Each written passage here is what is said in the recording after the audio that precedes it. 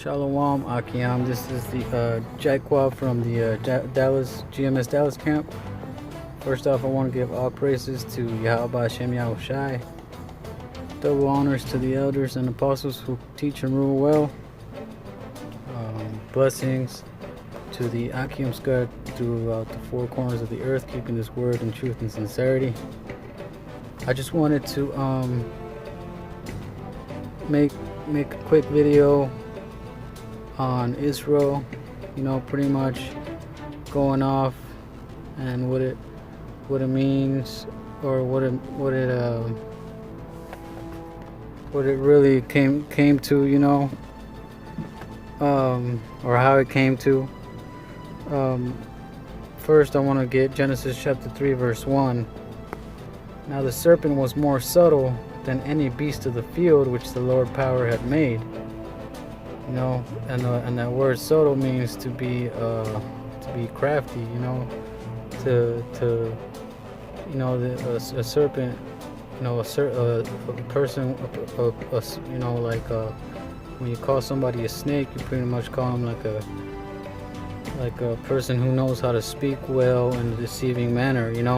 So I'm gonna go into this word subtle real quick just to show you the etymology. So it's rum means to be subtle, shrewd, crafty, sly, sensible.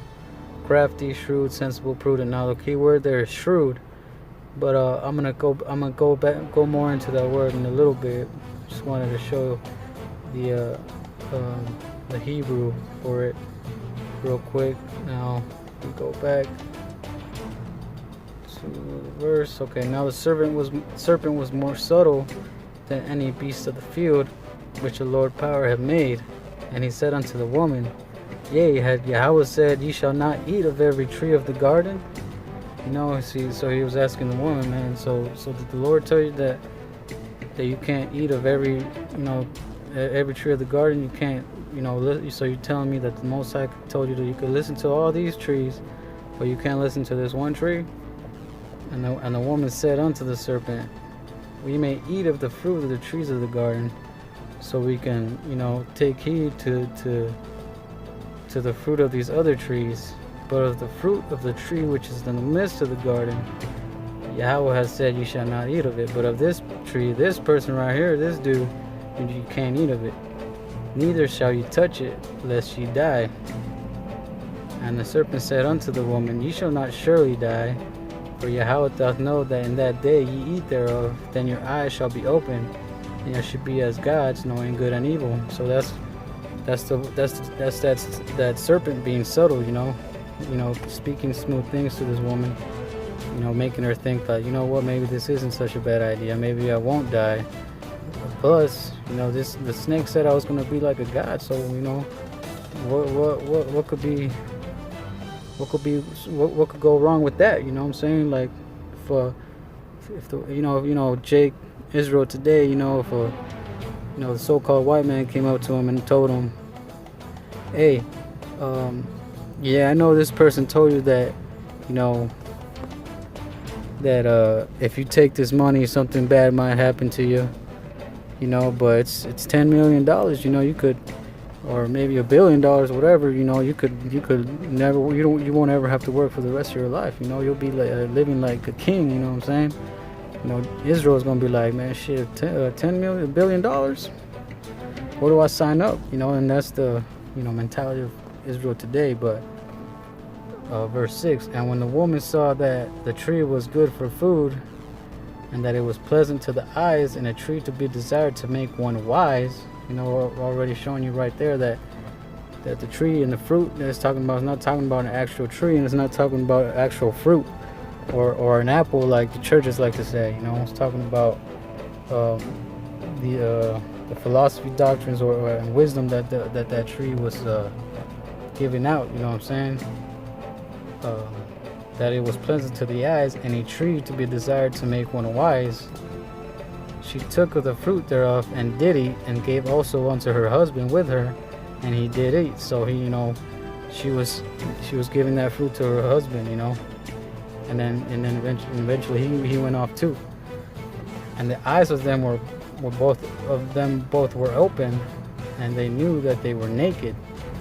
So they, once they ate of that fruit, they knew that they were naked. They knew that they were going off pretty much. So let's go into that word naked.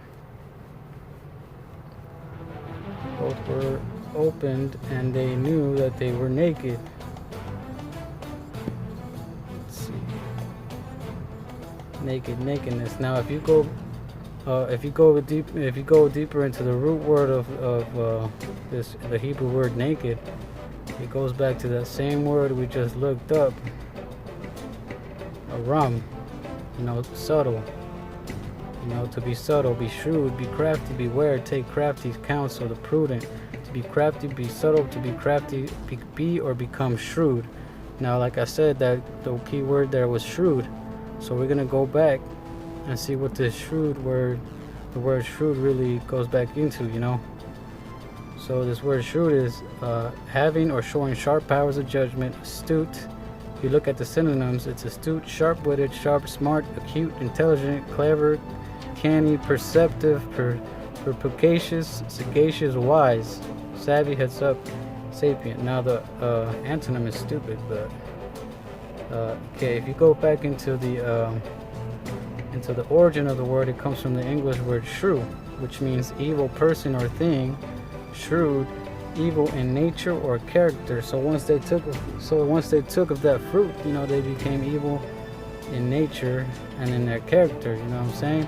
So that word, you can describe, like they described that, the serpent in the garden. It was subtle, it was shrewd, it was evil in nature. You know what I'm saying? And once they ate of that fruit, Adam and Eve also became evil in nature. And then throughout generations, and genealogies, or whatever you want to call it, throughout many years, Israel also became to be in that nature, evil, and to be of evil have evil characteristics. You know what I'm saying?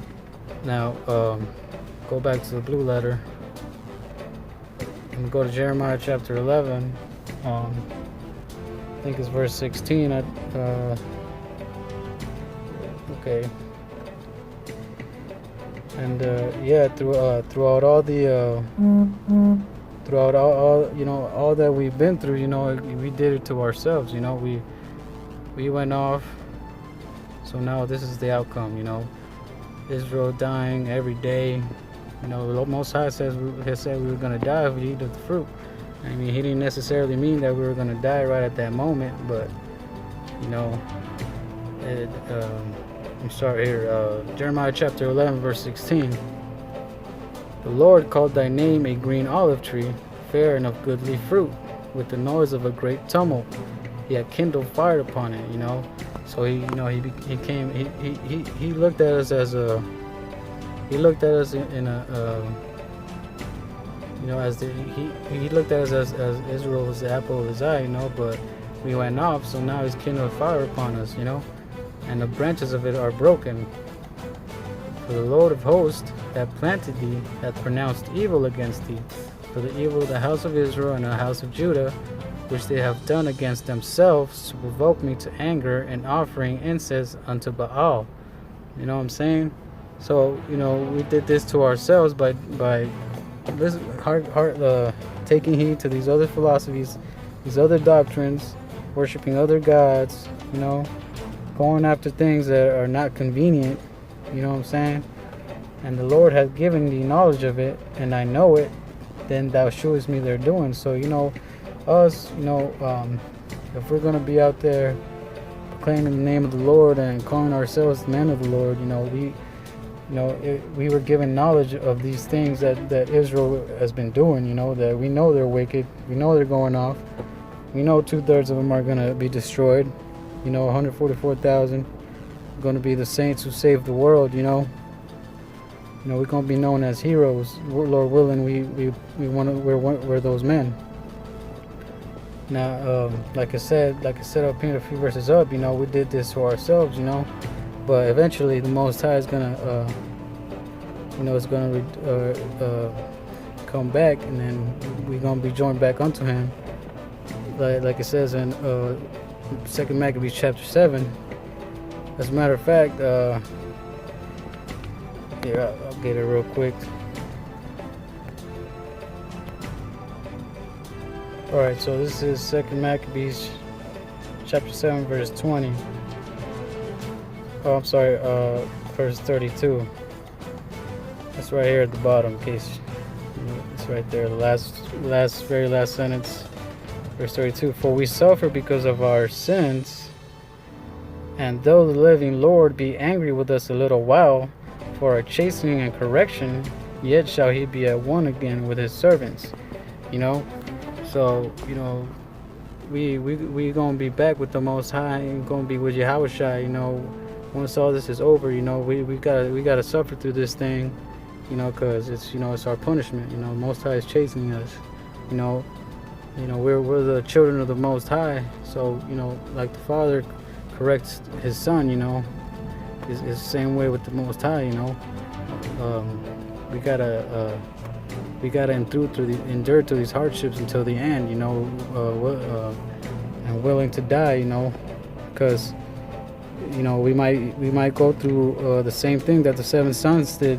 Like in 7 Maccabees chapter 7 did, or maybe even worse. You know what I'm saying? So we gotta look at it as in, like, fuck it, the kingdom, that's, this suffering shouldn't be nothing compared to what our reward's going to be. You know what I'm saying? But yeah, I just wanted to bring that out. Lord willing, some of you learned something. Shalom.